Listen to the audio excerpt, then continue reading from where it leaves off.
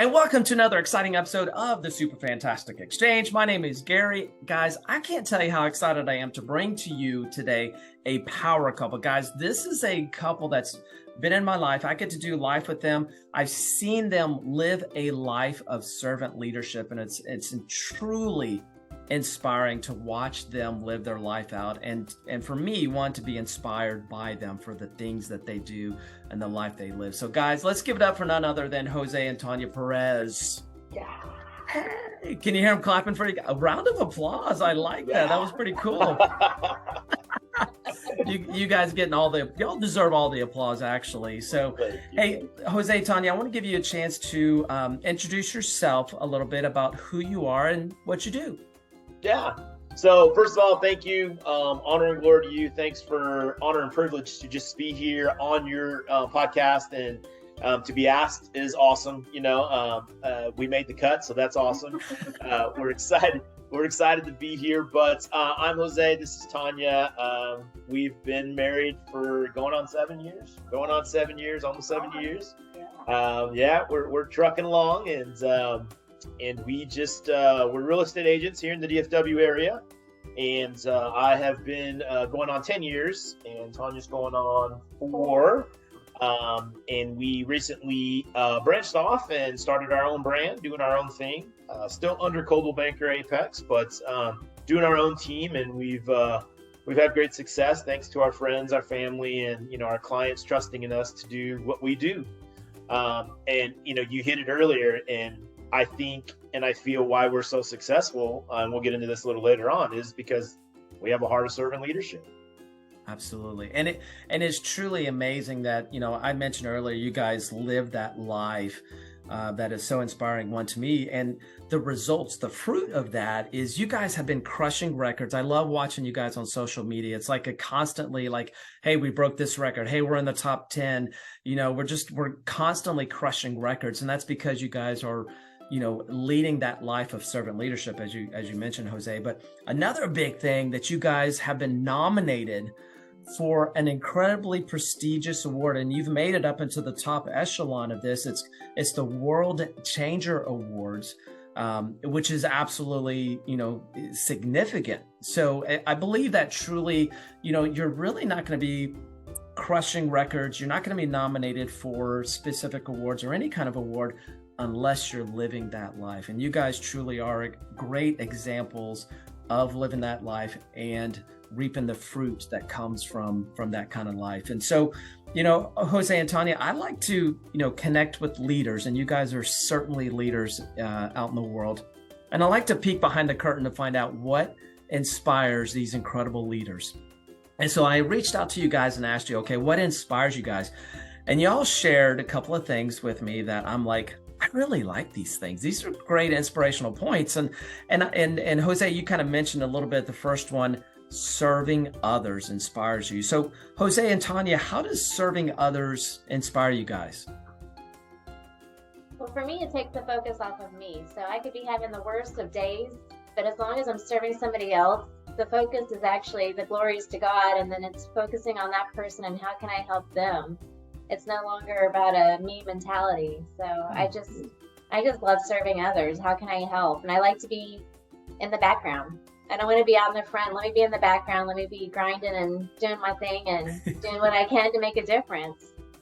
Absolutely. I love that. And I love how you talk about, Tonia, that it takes the focus off of you. And I think a lot of us, we get so myopic or so focused on me that, we lose the opportunity to serve others. And Tonia, I love that that's your approach, and that's what serving others means to you. So valuable. Jose, what does serving others mean to you? How does that impact you and inspire you? Yeah, it's I'll be honest, it was something that was foreign to me. It was not something that was, a second thing for me. It was I grew up in a poverty mentality. I grew up in the mindset of, I needed people to do things for me before I could do things for others. It really wasn't until I got to ELC where I understood what servant leadership was. But truly being married to her, I mean, this is the mother of all servant leaders. This is the heart of gold, the heart of generosity. Like what she does, and I mean, we would literally give our last shirt off. She would. I probably would literally give our last shirt off our backs to somebody in need, and it's to the point now where it's just a look. It used to be a conversation, but now it's just a look. She looks over, I'm like, okay, what are we doing? But I say that kind of, cheekishly, but in the reality is it's when you're serving others, you're the most like God. And she portrays that in everything that she does. It is always serving others first. It is always, and her life has been a fruitful basket of fruit. And so that has permeated over to me. That is, and it's taken me some time to come along because I just had a different mentality. But now I see the fruit and I understand what it's really all about. And it's about glorifying God in everything we do. This has nothing to do with us on this earth. We're just stewards of this vessel body that we have. And, he gives us the tools and we just get it. He gives it to us so we can get it through us. And, oh my gosh. That's just basically how it works for us. I love that. And Jose, you bring up, there's a couple of things, there's a lot to unpack from that. But, one, I love that you guys are aligned in serving others. When two people are able to do things together and they're aligned in that, then that creates a much more than what you would be able to do individually. So the impact that you guys make because you're aligned in that mentality is just tenfold, hundredfold because of your alignment. And Jose, you brought up something that's really interesting. I think it's a very you and I are very, and Tonia, we're very aware of that mindset. It's called a poverty mindset. But you brought it up, and a lot of people may not really grasp or understand what that means. So, Jose, share with us just a little bit what poverty mindset means and how you're able to overcome that through generosity. Yeah, so for me, from what I understand of it is I grew up poor. And when I say poor, I had things. My mom and dad did the best they could growing up, but we weren't as affluent as a lot of other folks. I grew up on welfare and government cheese and bread and all this stuff. And again, no disrespect to my parents. They did everything they could to help us, but we just didn't have everything that we just didn't have enough money at the end of the day to make ends meet. And so we had to rely on government assistance for a lot of stuff. So when you don't have a lot and then you start to prosper, you start to get things, you tend to hold on to that stuff because you're not used to having an abundance of resources at your disposal. So you tend to be a little stingy, if you will. I don't want to say stingy, but more so reluctant to give out because you don't know if around the corner something else is going to happen. And you have now giving out your last resource, or you have now expanded your last resource, and now you don't have what's enough to supply for your family. And it wasn't until I got to this church that understood that that mentality of holding on to it, that scarcity mentality of, hey, I can't give because I don't know when I'm going to get, is not what Christ wanted for us, right? God said, give and you shall receive. And so that's the mentality is that we need to give and we don't give to get, right? That's not the purpose. The purpose is not to give to get. But if we have something to give, then the resources we give out. And then that changes your mindset of God will provide for us, right? Ultimately, at the end of the day, a poverty mentality is relying on your own thinking to provide. And a kingdom mindset is relying on God to do what, for you, what only he could do. And throughout the process, even though I had that mentality, God provided for my family all the way through, whether it was government assistance, whether it was he continued to provide for my family all the way through. We had a roof over our head. We had clothes, we had food on the table. So at the end of the day, that mindset just had the switch. And once I understood where that came from, and we move forward from there. That's so good. And I think that really connects so well to serving others, because a lot of us, when we think about giving, we think about money. And as it's incredibly valuable and important to offer, financial support.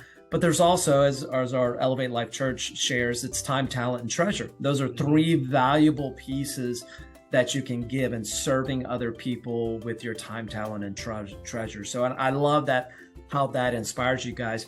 The second thing that you shared with me that inspires you guys is family time. So explain to us what that means, and how does family time inspire you guys? Well, the core is, I know he looked at me, but it's I know. It's the core. It's just family. It is what matters most to us. So it's celebrating others, but family isn't just blood. Family is the people you choose to do life with, and the ones that help build you up when you're feeling low, the ones that help you in the trenches, the ones that cheer you when you're on the highs. It's just celebrating all the wins, helping encourage along the way, and it's just doing life with those that are your matters most. It's being intentional about that time. Ooh, yeah. So whether it's going to games and doing that, or whether it's dropping off a meal or bringing groceries because somebody's sick, it's what's in our heart. It's at the very core of what makes us run. Oh, yeah, even throughout the whole poverty mentality thing for me, family has always been important for us. It's always been, I'm getting emotional, sorry. But it's our matters most. And that's something that was coined here at the church that I've learned the matters most piece. But I think we lived it out throughout our lives of a family was the most important thing. The old saying, it takes a village to raise a child, right? It's the family around you, the people you connect with, the people that you do life with, and not just blood, the people, of family of origin. It's what we learn here is family of choice. It's the folks who we're choosing to do life with, who will strap it up and go to war with you when times are tough, or, go ahead, like she said, cheer you on when you're at your high of highs. But it's always been a thing for us, a family, and that's just super, super important to us. Oh yeah, and I love how you guys really, identify family of origin, family of choice. I think those are really two impactful things. But one of the things that you guys talked about in family time is kind of goes back to your original point, is serving those people. You're surrounding yourself with family of origin, blood relatives, and family of choice, but you're choosing to surround yourself with these people, and you're serving them. You're serving them with encouragement or time, or even, like you said, bringing a meal, or going to a baseball game, or going to a indoor football game, whatever it may be. You're choosing that time with these individuals because of an intentional choice. And I think one of y'all brought up intentionality, and I think that's so important as well. And I can see how that family time, and I have to be full disclosure, I've been the beneficiary of spending time with you guys in several different ways, and it's blessed me to be able to spend time with you, serving you guys, and also you guys have served me in so many different ways as well, and it's been amazing. So I'm inspired by you guys so deeply. Now, Jose and Tonia, I want to also ask sports. So I think this is the underdog. Is this the underdog piece? This was my piece. Bring it up. Let's talk about sports and the underdog.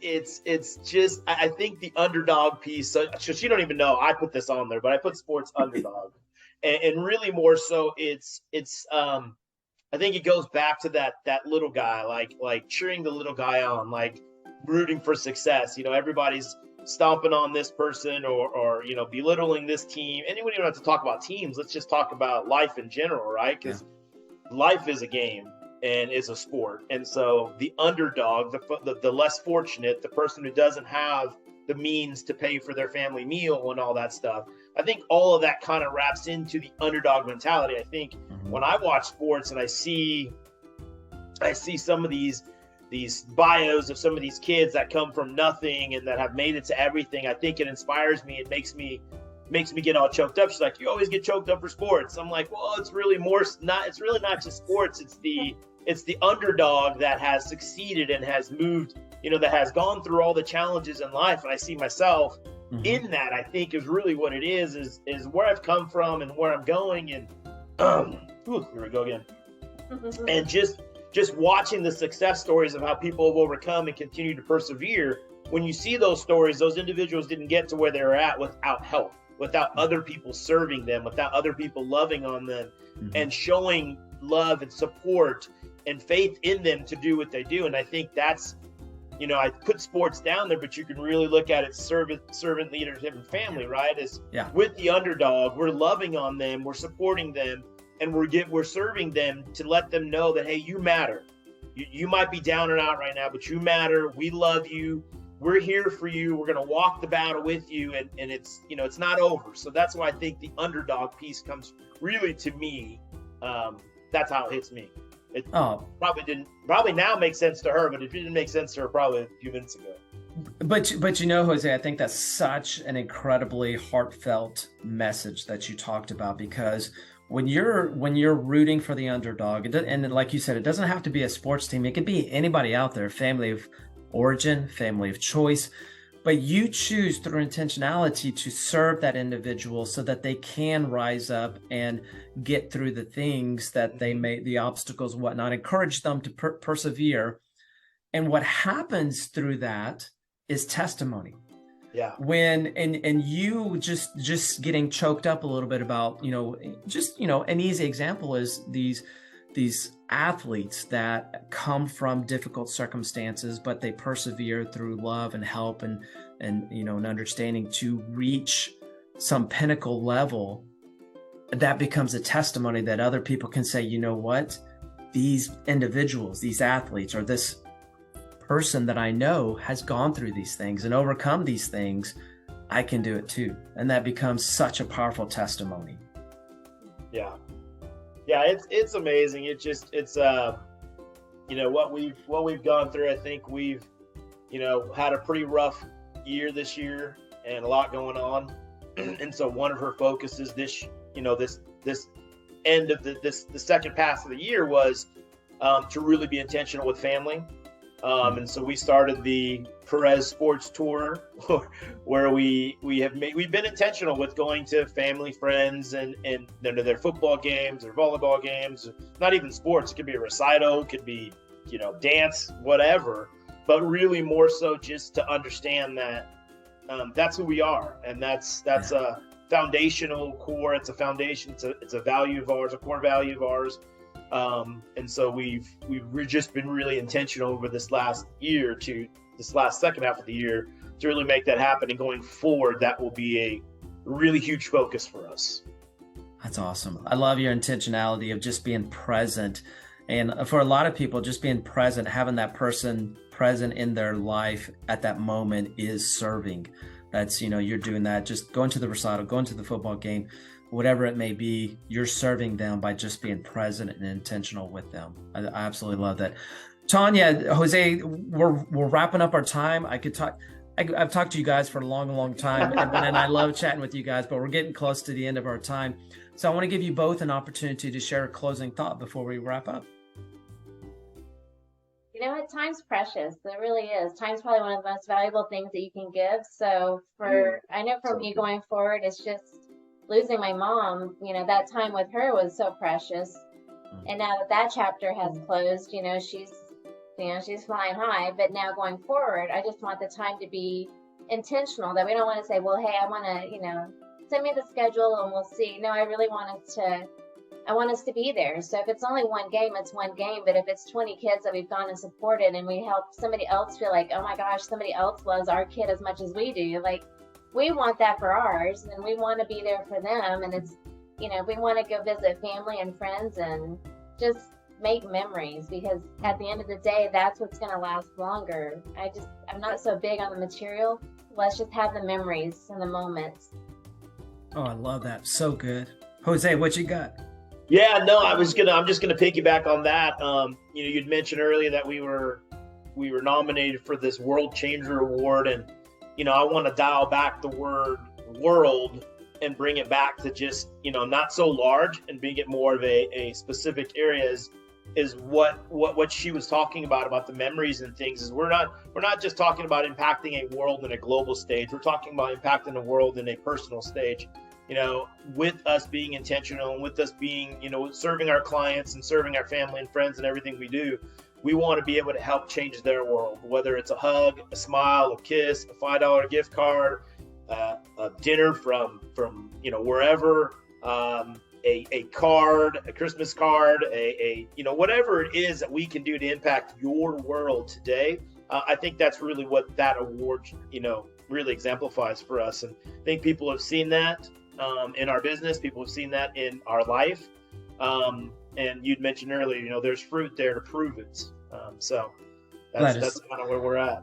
That is so true. And Jose and Tonia, I know you guys you're humble, and I admire that in you guys. But when you say world changer, I truly believe you guys are creating, through your intentionality, through the efforts that you make of being present, supporting, and serving others with the people in that moment, you're creating these ripples of encouragement and inspiration and possibility and testimony that will end up impacting the world. So I think you guys really are doing more than you give yourself credit. So I'm going to give you guys credit for that.